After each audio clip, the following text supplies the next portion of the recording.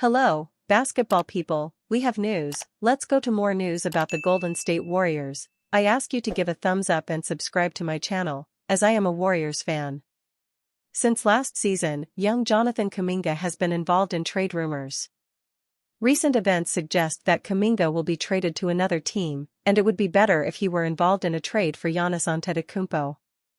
The Golden State Warriors have made it clear through the rumor mill that they're willing to move mountains to acquire Giannis Antetokounmpo. The path to doing so, however, is generally unclear and seemingly relies heavily on polarizing forward Jonathan Kuminga and his $22.5 million salary.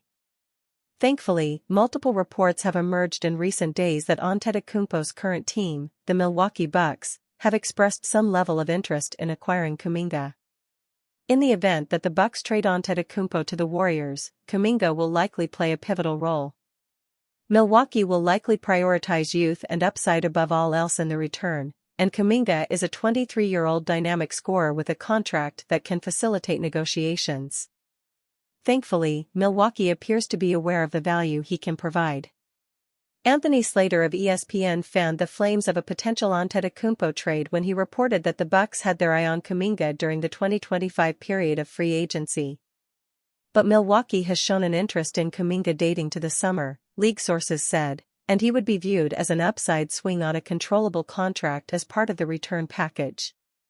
Jake Fisher of Bleacher Report has since corroborated the report with intel of his own that Milwaukee has displayed some level of openness to acquiring Kuminga in the past. There's definitely been some level of interest from Milwaukee in Jonathan Kuminga in the past.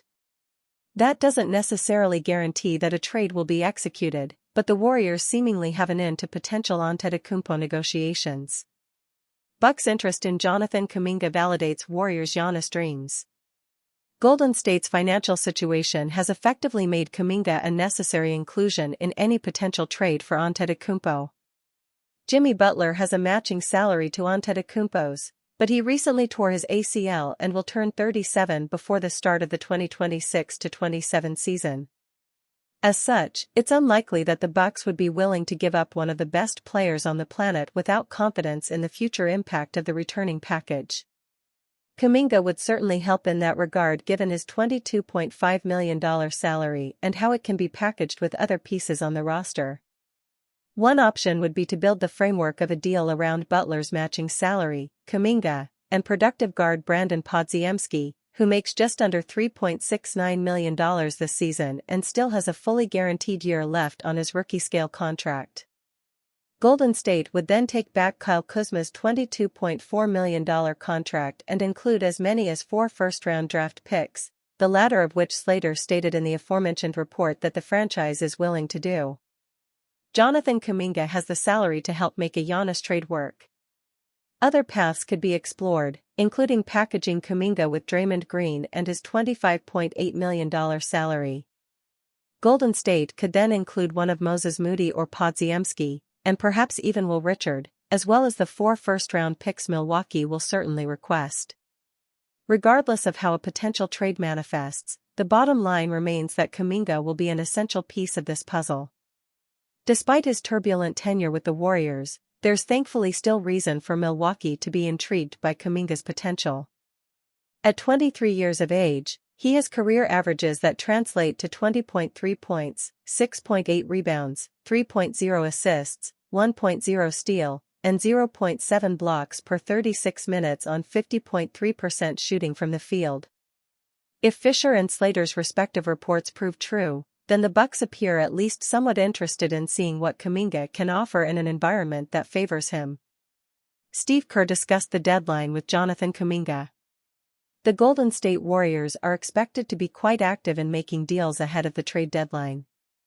While several players may find themselves mentioned in trade conversations, it has become apparent that all roads lead back to Jonathan Kuminga. On that note, Steve Kerr mentioned that he had been discussing the trade deadline and the possible outcomes with Jonathan Kuminga. He and I have had many conversations about his future, about his current status on the team, Kerr commented. We talk frequently. We have not spoken about this trade deadline for the last week or two, but we talk all the time. I'm always very transparent with my players, he added. I think everybody wants honesty, and I'm always open to conversation with all my guys. If I see something that needs to be addressed, I always bring it up. Earlier in the month, Kuminga demanded a trade from the Warriors.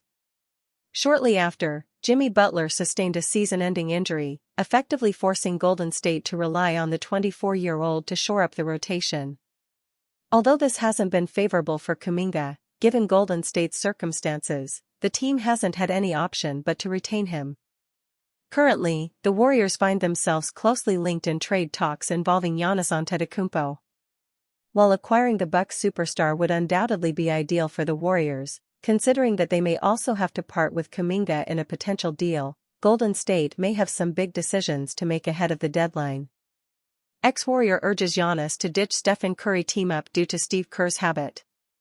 In a trade market full of possibilities, the Golden State Warriors remain motionless.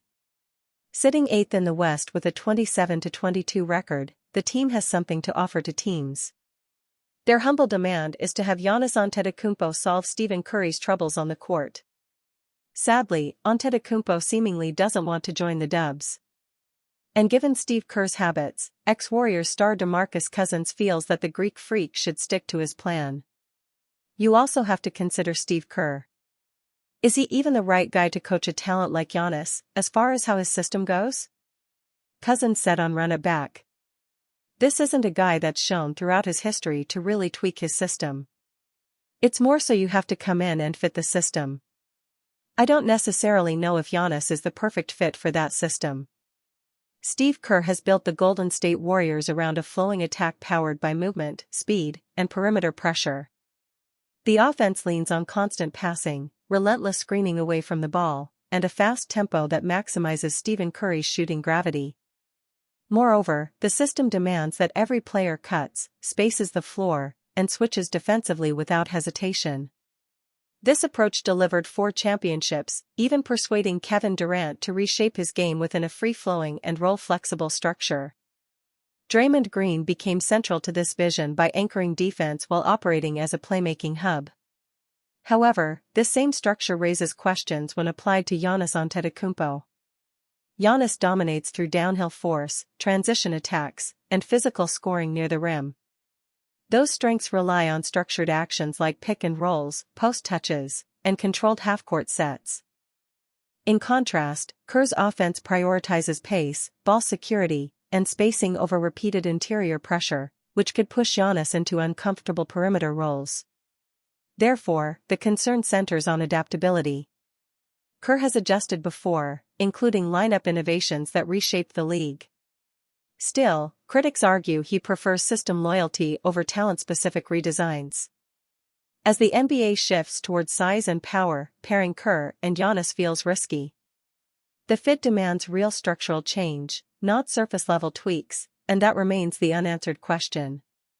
Now, Steve Kerr's future with the Warriors remains in the shadows. Amidst the trade season, could the franchise confirm his fate? That would be interesting to see. Amidst the Giannis drama, Coach Kerr's tenure with the Warriors takes center stage. Well, we could be heading towards the end of the Steph Curry-Steve Kerr era. I'm in the last year of my contract, so nothing is guaranteed going forward. I always believe that they should do whatever makes the most sense for the franchise, he said. The 60-year-old head coach signed a $35 million 2-year extension in February 2024.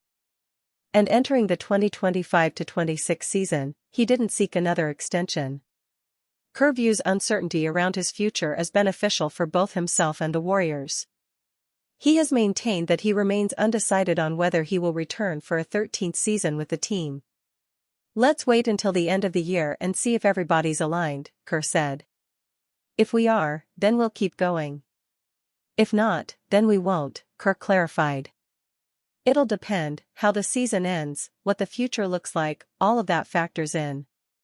And they, meaning Joe and management, they've got a lot to think about.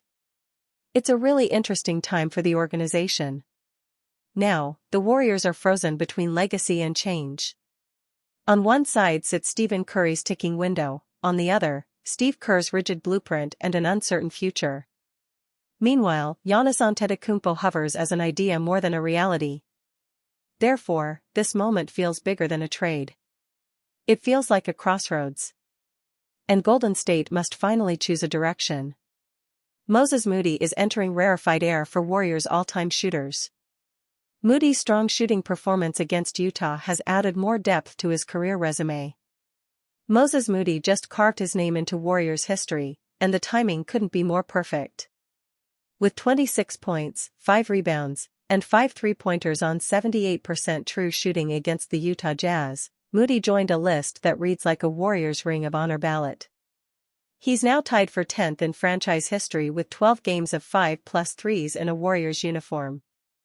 But here's what makes this moment so fascinating. Moody accomplished this on the same night Jonathan Kuminga's trade rumors reached a fever pitch and while Jimmy Butler sits out with a torn ACL.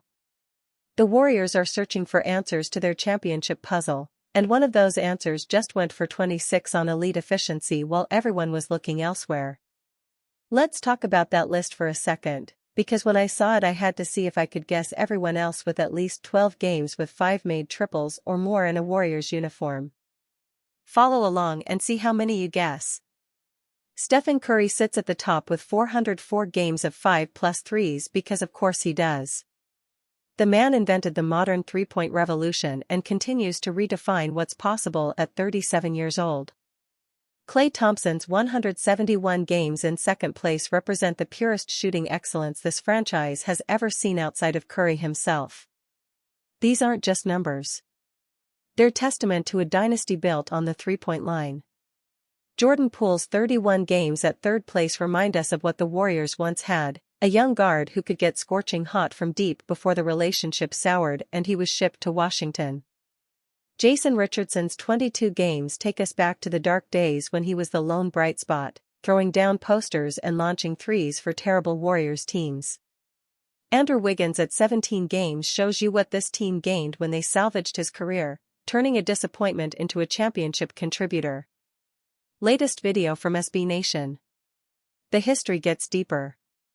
Tim Hardaway with 16 games brings back Run TMC nostalgia. Baron Davis with 14 games reminds us of the We Believe magic. Kevin Durant's 13 games packed more championship firepower into 3 seasons than most franchises see in a decade. And then you get to the Moody level. Buddy Hield at 14 games proving why the Warriors signed him, Steven Jackson at 12 games representing that 2007 playoff upset, Draymond at 12 games reminding us he could shoot when it mattered most, and D'Angelo Russell's 12 games from that brief rental season. Moses Moody just joined that group. At 23 years old, he's showing the kind of shooting consistency that makes you wonder why the Warriors are exploring trades with him when they might already have the splash son they need. With Butler out for the season and Kuminga potentially heading elsewhere, Moody is proving he can fill a role this team desperately needs, a young wing who can space the floor, defend multiple positions, and not wilt under pressure. He's shooting 40% from downtown this season, folks. The Warriors built their dynasty on shooting. They won championships because they could punish defenses from 30 feet and make the impossible look routine. Maybe the answer was already on the roster. Maybe instead of trading the Arkansas product for the next big name, the Warriors should invest in the young man who just showed he belongs on a list with franchise legends.